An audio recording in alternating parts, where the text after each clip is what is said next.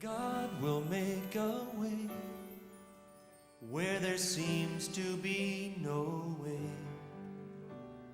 He works in ways we cannot. 우리 저지난 주에는 아모스가 보았던 첫 번째 계시에 대해서 말씀을 드렸습니다. 첫 번째 계시는 메뚜기 재앙에 관한 계시의 말씀이고, 또 지난주에 우리가 상고한 말씀은 아모스 선지자가 하나님께서 보여주신 계시 두 번째 계시인데, 불로 이스라엘을 심판하시겠다라고 하는 이런 계시를 하나님께서 아모스에게 보여주셨습니다. 하나님을 떠난 백성들, 이스라엘 백성들을 심판하시려고 장차 내릴 재앙에 대해서 하나님께서 아모스 선지자에게 계시를 보여주셨는데, 그 계시가 장차 임할 이 재앙들이 너무너무 심각해서 만일에 그 재앙을 이스라엘 백성들이 받게 되면 이스라엘이 견딜 수가 없을 것 같아서 아모스 선지자는 하나님 앞에 엎드려서 이스라엘 백성들을 위해서 기도하고 간구하는데, 그 재앙들을 사하시고 그치게 해달라고 하나님 앞에 기도를 드렸더니 하나님께서 이 아모스 선지자의 간구를 들으시고 그 내리실 심판에 대해서 유보하신 그런 모습을 우리가 볼 수가 있었습니다. 오늘 본문은 아모스가 세 번째 본 계시입니다. 하나님께서 아모스에게 세 번째 계시를 보여주셨는데, 그것은 곧 다림줄에 관한 계시의 말씀입니다.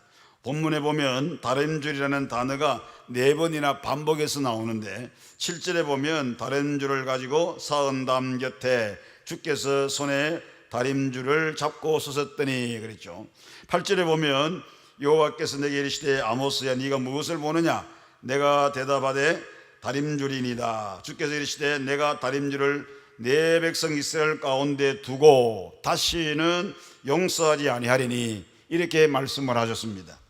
이것은 아모스가 본 계시, 아모스가 보았던 계시의 핵심이 뭐냐? 바로 다림줄이라고 하는 것입니다. 이 다림줄이라는 사실을 단적으로 보여주는 그런 말씀이 아닐 수가 없습니다. 그렇다고 하면 오늘 우리가 7절, 8절, 9절 이 석절을 한 절씩 우리가 생각해보고 우리가 주시는 교훈을 받고자 합니다. 첫째로 7절에 보게 되면 다림줄을 가지고 사은담 곁에 주께서 손에 다림줄을 잡고 서셨더니 그렇게 말씀합니다. 다림줄은 무엇이냐? 이 다림줄이 뭐냐 할 때,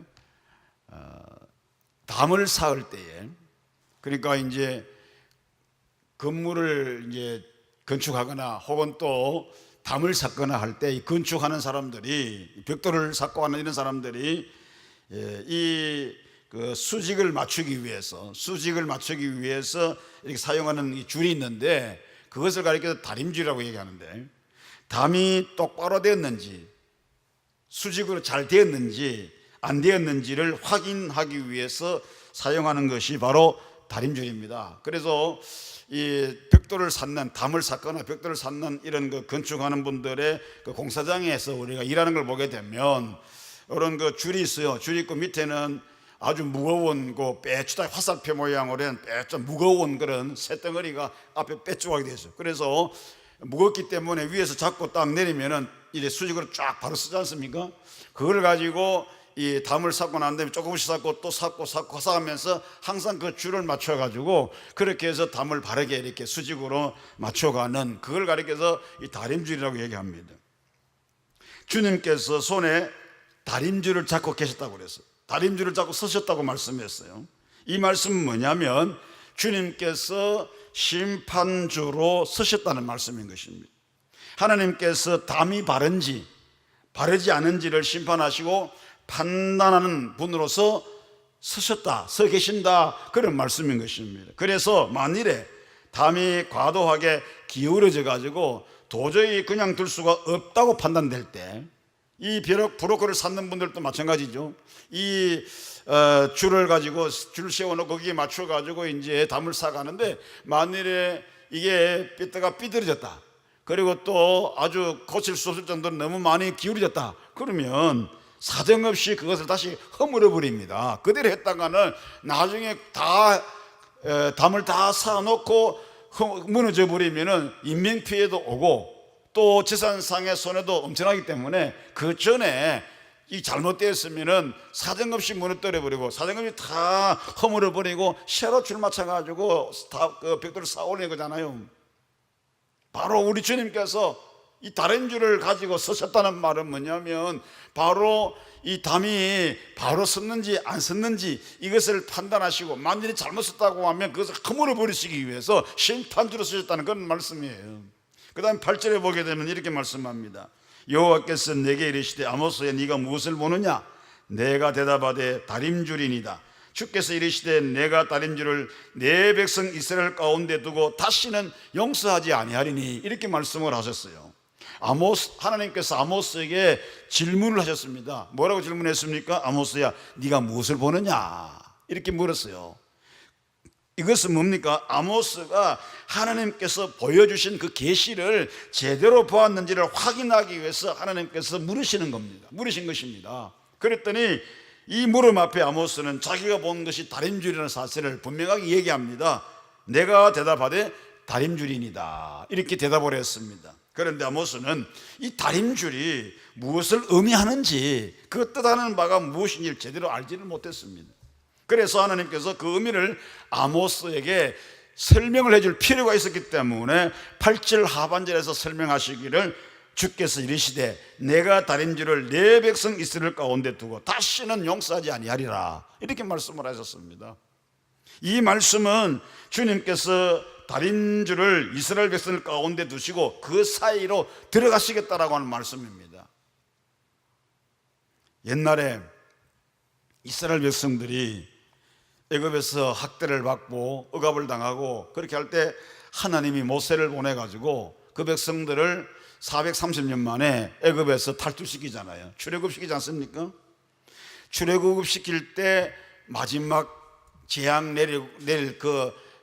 마지막 재앙을 내리는데 10번째 재앙을 내리는데 바로 출애굽 전날 밤에 죽음의 사자 즉 하나님께서 이 애굽의 백성들을 심판하기 위해서 애굽의 전역으로 들어가지 않습니까?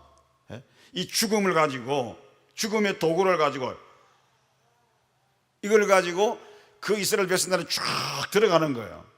그러면 들어갈 때에 그 애굽에 있는 이스라엘 백성들 가운데 이스라엘 백성들에게는 양의 피를 발라가지고 그 죽음의 사자가 들어가지 못하도록 그렇게 말씀하셨지 않습니까? 그래서 이스라엘 백성들은 양을 잡아가지고 피를 문살주 좌우에 바르고 임방에 바르고 그렇게 했습니다. 그랬더니 이 죽음의 사자가 애굽의 전역을 들어갈 때 그 피가 있는 집에는 넘어가서 그 안에 있는 사람들은 다 죽지 않고 살았지만 그렇지 않은 애굽의 전역에는 장자가 다 죽는 장자가 전부 다 그날 밤에 다 죽어 넘어지는 이런 아주 불행한 그런 역사가 있었죠. 그래서 애굽 전역에 얼마나 많은 호국소리가 나는지 말로 다 할 수가 없죠. 이게 뭡니까? 죽음의 사자가 즉 다시 말해서 우리 하나님께서 심판의 도구를 가지고 애굽의 전역에 들어가셔가지고 그 애굽 백성들을 피가 없는 양의 피가 없는 집들은 전부 들어가서 다 처치했단 말이죠.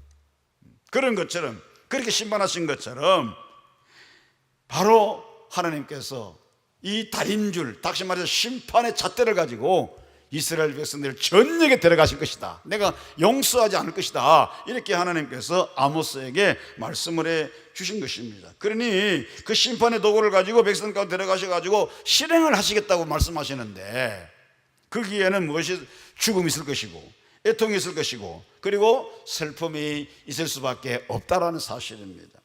그리고 다시는 용서치 아니하리라. 왜 그렇습니까?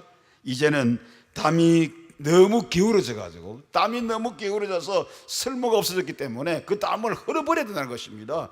이스라엘 백성들이 구제불능이 되고 말았다 그런 말씀인 것입니다. 첫 번째 계시, 두 번째 계시가 내려졌을 때는 아모스가 어떻게 했습니까? 하나님 앞에 가서 중재를 합니다. 이 백성 살려달라고 아모스가 하나님 앞에 엎드려가지고 살려달라고 중재를 합니다. 그러나 세 번째 계시에서는 아모스의 중재가 더 이상 없습니다. 여러분 오늘 본문에 그게 없잖아요. 살려달라고 하는 그런 중재의 간구가 없지 않습니까? 왜 그렇습니까? 담이라고 하는 말로 상징되는 이스라엘의 도덕적이고 윤리적이고 종교적인 그 수준이 이미 회생하기가 불능할 정도로 너무 기울어졌기 때문에 이제는 그 담을 허물어 버릴 수밖에 없다라고 하는 것입니다. 사랑하는 성도 여러분, 오늘 우리는 하나님을 두려워할 줄 알아야 합니다. 물론 하나님께서는 오래 참으시는 분이시면 틀림이 없습니다. 당신의 백성들이 돌아오기 때까지 계속 기다리고 그렇게 하시지만, 그래서 꺼져가는 등불도 끄지 않고, 그리고 또 상한 심령도 이렇게 상한 갈대도 꺾지 않으시고 등불도 끄지 아니하시는, 오래 참으시는 자비와 긍휼이 많으신 그런 하나님이시지만은, 그러나 이스라엘 백성들을 봐가지고는 너무 담이 기울어졌다는 것입니다. 회생이 불가능하다는 것입니다. 그것을 회생할 수 없다는 것입니다. 그러니까 하나님께서 완전히 허물어 버리겠다라고, 다시 내가 용서하지 않아야겠다라고 그렇게 하나님께서 선언을 하고 계시는 것입니다. 다니엘서에 보면 벨살살 왕이 나와요. 이 왕은 선왕인 느부갓네살이 유다를 침략을 해가지고 그 침략해서 그 예루살렘 성전에 있는 여러 성구들 이런 걸 전부 다 노획을 해가지고 가지고 바벨론으로 왔어요. 그런데 그 바벨론 가지고 갖다 놓고 배치해놨는데, 나중에 이 벨사살 왕이 귀인들 1,000명을 초청을 해가지고 연회를 베풉니다. 근데 그 연회성에서 이 벨사살 왕은 하나님의 성전에서 사용되는 성구, 이 느부갓네살 왕이 다 빼앗아 온 것인데, 이것을 이 벨사살 왕이 전부 가지고 와가지고 1,000명의 귀인들을 전부 초청해가 연회를 베풀면서 그 잔에다가, 그 도구에다가 전부 술을 담아가지고 술을 마시면서 그렇게 잔치를 베풀었다는 거 아닙니까? 그것은 뭐를 의미합니까? 이 유다 백성들이 유다의 그 성전, 예루살렘 성전에 있던 그 하나님의 성구들, 이 잔들 전부 다 가지고 빼앗아 와가지고 보관해 놨는 것을 이 벨사살 왕이 전부 끄집어내 가지고 그 기인들과 거기다 술을 담아가지고 마시면서 그렇게 잔치를 베풀었다고 하는, 그것은 곧 뭐냐면 하나님을 조롱하고 하나님 멸시하고 하나님 무시하는 그런 일이 아닐 수가 없는 거죠. 그래서 하나님이 그 사람을 그냥 두시겠습니까? 한참 열심히 이 연회가 베풀어지고 있는데, 갑자기 어디선가 이 손가락이 날라왔어요. 손가락이 날라와 쫙 날라와가지고 저 흰 벽에다가 글을 쓰기 시작합니다. 마치 이 인두 가지고 이 송판에다가 이 글씨를 쓰는 경우처럼 이 손가락이 날라와가지고 저 벽에다, 흰 벽에다가 글을 팍 써내려가는데, 뭐라 쓰냐면 메네 데겔 우바라신이라고 썼어요. 이게 무슨 말입니까? 하나님의 저울에 달아보니, 하나님의 저울에 이 벨살살 왕을 달아보니까 함량이 모자란다는 뜻입니다. 무기가 모자란다는 뜻입니다. 그러니까 무슨 말이냐면, 하나님의 기준에 이 벨살살을 재어보니까 기준이 안 맞아요. 무게도 없고 규격도 안 맞고 완전히 함량이 미달인 것입니다. 부족하다는 그 말이죠. 그래서 하나님은 그를 버리셨는데, 그 잔치 끝나고 그날 밤에 이 벨사살 왕이 죽음을 당하고 말았다는 사실입니다.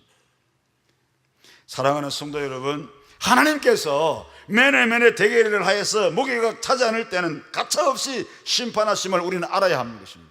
하나님의 저울에 우리를 따라봐가지고, 하나님의 그 저울, 하나님의 기준에 따라봐가지고 거기에 함량되거나 모자랄 때는 하나님께로부터 버림받을 수밖에 없는 것입니다. 그러므로 우리는 메네 대겔 우바르신이 되기 전에 어떻게 됩니까? 하나님 앞에 엎드려 회개하고, 그리고 하나님 앞에 우리가 엎드려서 용서를 구하고 자비를 구하고 긍휼을 구하는 그런 우리가 되어야 되는 것입니다. 지켜가지고 불에 들어가기 전에 우리의 잘못된 모습들, 우리의 허물들을 다 주 앞에 내어놓고 자비와 긍휼을 구하고 용서를 구하는 그런 우리가 된다고 하면, 분명히 성경에서 뭐라고 말했습니까? 네 죄가 주렁같이 붉을지라도, 네 죄가 진홍같이 붉을지라도 양털같이 흰눈같이 그렇게 희게 해 주리라고 말씀했잖아요. 만일 우리가 우리 죄를 자백하면 그를 미쁘시고 어려우사 우리 죄를 다 사하시고, 모든 불의에서 우리를 깨끗하게 해주실 것이라고 그렇게 약속했기 때문에 하나님 앞에 나와서 회개하고 하나님께 나와서 자비를 구하고 하나님께 나와서 긍휼을 구하는 사람에게는 하나님께서 반드시 긍휼과 자비를 베푸신다, 그런 말씀이 아닐 수가 없는 것입니다. 그 다음에 9절을 봅니다. 9절을 보게 되면 이런 말씀이 있습니다. 이삭의 산당들이 황폐되며 이스라엘의 성소들이 파괴될 것이라. 내가 일어나 칼로 여로보암의 집을 치리라 하시니라 그랬어요. 자, 여기서 말하는 이삭의 산당들은 뭘 의미합니까? 이삭의 산당들, 이스라엘의 성소는 이스라엘의 종교적인 중심지를 말합니다. 종교적 중심지를 가리키고, 그 다음에 여로보암의 집은 정치적인 중심지를 말하는 것입니다. 그러니까 여로보암의 집 같으면은 여로보암이 살고 있는 왕궁을 말하는 거죠. 그러니까 하나님께서 이스라엘을 용서하지 않고 담을 흘어버리듯이 다 황폐하게 만들어버린다고 말씀하셨는데, 바로 이삭의 산당들, 이스라엘의 성소, 그리고 또 여로보암의 집, 종교적이고 정치적인 모든 중심지를 하나님께서 완전히 무너뜨리고 완전히 황폐시켜 버리겠다라고 그렇게 말씀을 하고 계시는 것입니다. 쉽게 말하면 이스라엘이 이제 끝장났다 그 말입니다. 성도 여러분, 오늘 저와 여러분들에게, 우리에게는 두 가지의 길이 있습니다. 하나는 뭡니까? 히스기야의 길이고, 히스기야와 그리고 니느웨의 길입니다. 다시 말하면 히스기야나 니느웨처럼 회개하고 새로운 삶을 살아가느냐, 아니면 이스라엘처럼 혹은 또 소돔과 고모라처럼, 아니면 벨사살 왕처럼 하나님의 경고를 무시하다가 결국 심판을 받느냐, 이 두 가지 길밖에 없습니다. 생명의 길과 사망의 길, 이 두 길이 우리 앞에 놓여 있습니다. 그렇다고 하면 오늘 우리는 어떤 길을 선택해야 될 것입니까? 선택은 우리에게 달려 있습니다. 그러나 선택의 결과는 그 결과에 따라 가지고 엄청난 차이가 있는 것입니다. 그렇다고 하면 오늘 우리에게 있어서 다림줄의 역할을 하는 것이 무엇인가? 왜냐하면 우리의 신앙의 모습들, 우리의 삶의 모습들을 이렇게 우리가 재봐야 되잖아요. 그렇죠? 그러면 재보려면 내 신앙이 어느 정도인지, 내 믿음이 어느 정도인지, 이것들을 재보기 위해서는 반드시 이 자가 있어야 되잖아요. 반드시 규격이 있어야 되거든요. 정확한 규격이 있어야 되지 않습니까? 다림줄이 있어야 되는 것입니다. 그래서 오늘 우리에게 있어서의 다림줄은 무엇일까? 나의 생각과 나의 행동이 바른 것인지, 그리고 바르지 못한지, 이걸 우리가 알려고 하면, 이것을 알려고 하면 어떻게 해야 되느냐? 그것을 알 수 있는 다림질이 뭐냐 할 때에 그것은 바로 하나님의 말씀, 성경이라고 하는 것입니다. 우리는 하나님의 말씀을 내 생활의 척도로 삼고 우리가 살아가야 합니다.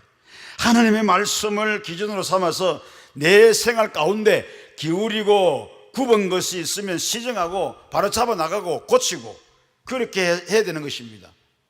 잘못된 것은 고치고 부족한 것 채우고 넘치는 것은 깎고 다듬고, 이렇게 해가지고 정말로 정확하게 하나님의 무게에 달아봤을 때, 하나님의 규격자에 달아봤을 때에 정확하게 1.1에도 틀림이 없이 정확하게 그런 모습으로 우리가 살아갈 수 있도록 그렇게 우리가 해야 되는 것입니다. 그래서 날마다 우리는 말씀 앞에 내 모습을 비춰봐야 돼요. 주의 말씀 앞에 내 모습을 비춰봐야 돼요.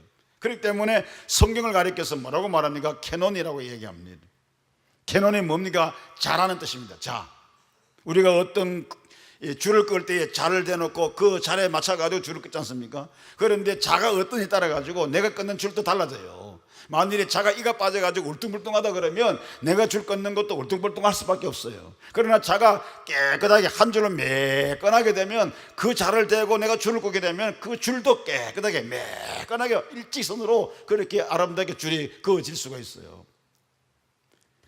구약시대에 그 성전에 가면 이 그 도량 형기들이 있었어요. 그 도량 형기들이 뭔가 하니까 자라든지 혹은 저울이라든지 아니면 대라든지 이런 것들이 보관되어 있는데, 그 성전에 보관되어 있는 자나 그 다음에 또 저울이나 대 같은 것은 정확한 것입니다.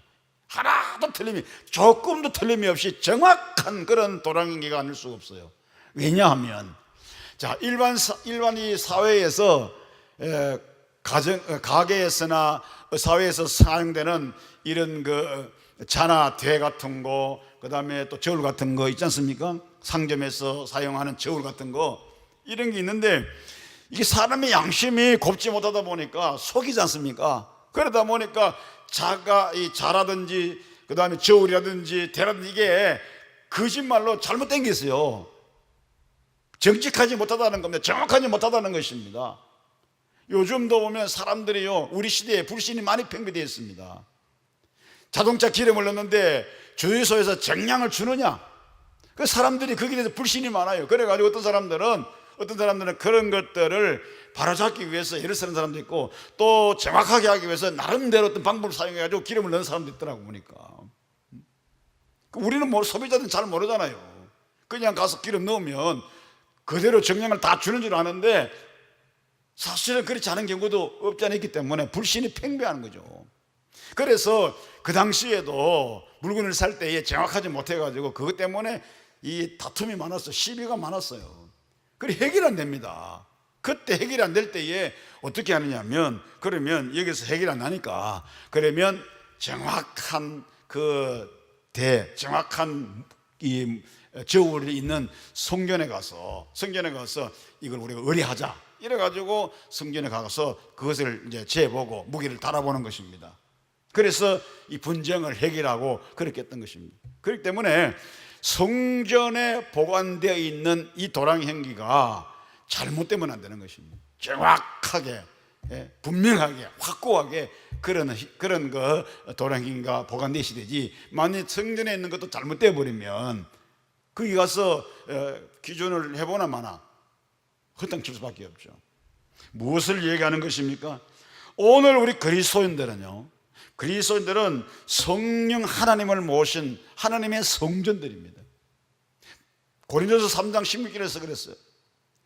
너희가 하나님의 성전인 것과 하나님의 성령이 너희 안에 거하신 줄 너희가 알지 못하느냐. 바울 사도는 고린도 교회를 향하여서 성도들이, 예수 믿는 그리스도인들이 하나님의 성전이라고, 그 하나님의 성전은 그들의 몸속에, 그들의 마음속에 하나님의 영이 계신다고 그렇게 주장하고 그렇게 이야기했어요. 그러니까 오늘 우리 성도들은요, 하나님의 성전입니다, 여러분. 그렇다고 하면 우리는 거룩하고 깨끗하고 정결한 모습으로 살아가야 되고, 우리 자신들이 정말로 정확하고 분명하고 확실해야 되는 것입니다. 성도들이 가는 곳마다 분쟁이 있는 곳에 갔을 때 분쟁을 해결해 주고, 싸움 있는 곳에, 다툼 있는 곳에 성도들이 가서 거기서 우리가 감으로 말미암아 해결해 주고 이렇게 돼야 되는데, 오히려 예수 믿는 사람들이 더 분쟁이 일어나고 더 시기가 많이 일어나고 더 다툼이 많이 일어나가지고 세상 사람들한테 근심 걱정을 끼치는 그런 현상이 되어버렸습니다. 교회가 세상을 염려하고 교회가 국가를 염려하는 게 아니라 세상이 교회를 염려하는 시대가 되어버렸다는 겁니다. 얼마나 이게 부끄럽고 한탄할 일입니까, 여러분? 세상에서 분쟁이 일어나면 여기서 우리가 안 되니까 교회 가서 우리가 판단받자, 예수하면 불신이 하더니 문제가 생겼으니까 예수 믿는 사람이 가서 알아보자, 이렇게 나와야 되는데 오히려 예수 믿는 사람들이 분쟁이 일어나가지고 세상 사람들한테 가서 머리 대미는 것을 고쳐달라고 판단해달라고 갖다 내밀고 있으니 이게 얼마나 한탄 노릇입니까? 주님 오실 때 안에 오실 때 얼마나 가슴 아프시겠어요. 한간의 교계 안에서 우스운 말이 있습니다. 무슨 얘기냐면, 앞으로 이제 내년도부터 이 종교인들도 세금을 내는데 아마도 뭐 작은 교회, 개척교회 뭐 이런 소규모 교회는 큰 문제는 안 되지만 아마도 대도시의 대형 교회들은 그런 세금 문제 잘못하면 큰일 날 수도 있거든요. 분쟁이 많이 일어날 소지가 있어요. 그러니까 한간에 우스운 얘기가 뭐냐면, 교회가 변호사들을 먹어 살릴 거다, 교회가 변호사들을 먹어 살릴 그런 시대가 왔다고 이렇게 얘기합니다. 그럼 뭘 얘기하는 겁니까? 그만큼 앞으로 교회가 분쟁이 많이 일어날 거다, 그렇게 예측을 하고 있는 거거든요. 참 심각한 문제가 아닐 수가 없어요.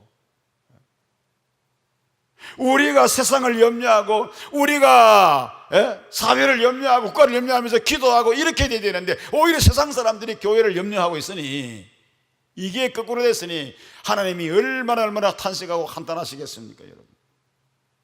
우리는 하나님의 성전이에요.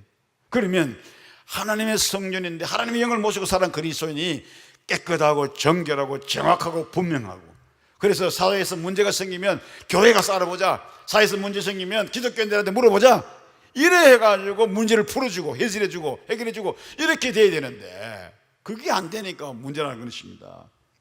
안타깝게도 주님의 달인줄을 무시해버리고 내 뜻과 내 생각과 내 주장대로만 고집하며 살 때가 정말로 많습니다. 절대로 그래서는 안 되는 것입니다. 무엇을 하든지 하나님 말씀인 성경이 달인줄이 되어서 판단해야 되는 것입니다, 여러분. 그래서 나는 하나님의 말씀인 성경을 매일매일 내가 읽고 있는가? 나는 말씀이 정확한 것처럼 거짓됨이 없이 정직하고 깨끗하게 살고 있는가? 날마다 나를 돌아보면서 살펴봐야 됩니다, 여러분. 날마다 우리는 우리 자신을 점검하고 말씀에 합한 삶을 우리가 살아가야 되는 것입니다. 하나님의 말씀을 무시하는 것은 곧 하나님을 무시하는 것입니다, 여러분. 우리가 성도들에게 하나님 무시하지 말라고 이렇게 말하면 하나님 무시 안 했다고 그래요. 그 말은 어떻게 하는 것이 무엇이 하나님을 무시하고 멸시하는 것인지 모르기 때문에 그런 소리 합니다. 우리가 하루 수십 번도 하나님을 무시하고 멸시했다는 말이에요. 여러분들 보십시오. 어른들이요, 어른 연세 많으신 어르신들이, 부모님이나 할아버지 할머니나 이웃의 어르신들이 제일 기분 나빠하고 제일 안 좋아하는 게 뭔지 아십니까? 어른이 얘기할 때 소홀히 듣고 경청하지 않고 무시하고 어른이 하는 말씀하는 그 말씀을 무시하는 게, 순종하지 않고 무시하는 게 제일 듣기 싫고 제일 보기 싫고 제일 싫어하는 거예요. 그래서 만일에 그렇게 되면 뭐라고 하는 줄 아십니까? 너희들 나 말이지 내 나이 많다고 무시하냐? 이렇게 생각을 합니다. 그 교회 안에서도 어르신들 만일에 조금만 이렇게 소홀히 하게 돼도 어르신들이 마음의 상처를 많이 받아요. 왜냐하면 내 나이 늙었다고 너희들 무시하냐? 이렇게 생각하신다니까요. 사람도 말이죠, 사람도 어른이 하는 말씀을 귀담아 듣지 않고 순종하지 않으면 무시한다고 생각하는데, 우리 하나님께서 우리 자녀들인, 하나님의 자녀들인 우리 성도들이 주의 말씀을 무시하고 주님 말씀을 멀리하고 그렇게 살아가, 순종하지 않고 그렇게 살아간다고 하면 하나님이 얼마나 하나님 섭섭하시겠습니까? 그게 바로 하나님 멸시하는 거거든요. 근데 그게 하나님 멸시하고 무시하는 건지 잘 모르고 있어요. 도를 듣기만 하고 행하지 않는 자는 자기 자신을 속이는 자와 같다고 말씀했어요. 그래서 나는 과연 성경대로 살고 성경대로 지키려고 마음먹고 있느냐? 나는 말씀을 통해서 내게 주신 하나님의 시험의 음성에 늘 귀를 기울이고 있는가? 날마다 우리를 점검해 봐야 되는 것입니다. 이스라엘 백성들은 하나님께서 수도 없이 얘기했는데도 불구하고 귀담아 듣지 않고 흘러버리고 그러니까 하나님께서 이렇게 무서운 재앙을 내려가지고 심판하시려고 작정하셨죠. 때가 가까울 때에 더욱더 하나님의 말씀을 사랑하고 붙드는 우리 모두가 되어야 됩니다. 어떤 때가요? 주님 오실 날이 얼마 남지 않은 이럴 때에, 그런 때가 가까이 오면 올수록 우리가 하나님 말씀을 사랑하고 그 말씀을 붙들고 살아가는 그런 우리가 되어야 되겠다, 그 말입니다. 그래야 할 때에 우리의 삶은 매네매네 되길 우바라 신이 아니라 잘하였도다 착하고 충성된 종아하고 우리 예수님께로부터 칭찬을 받게 될 것입니다. 이 말씀을, 오늘 주신 말씀을 마음에 꼭 간직하시고, 정말로 우리 모두는 주의 말씀에 각해서 절대로 하나님 무시하지 말고 멸시하지 말고, 하나님께서 우리를 믿음의 저울에, 하나님의 기준인 그 저울에 달아봤을 때에 정말로 함량 미달돼 가지고 버림받는 어리석고 미련한 자가 아니라 그 기준에 꽉 차서 우리 하나님이 흡족하시도록, 그래서 착하고 충성의 종교라고 칭찬받을 수 있는 그런 우리가 되어야 할 것입니다. 은혜가 되시기를 주의 이름으로 축원합니다. 기도합니다.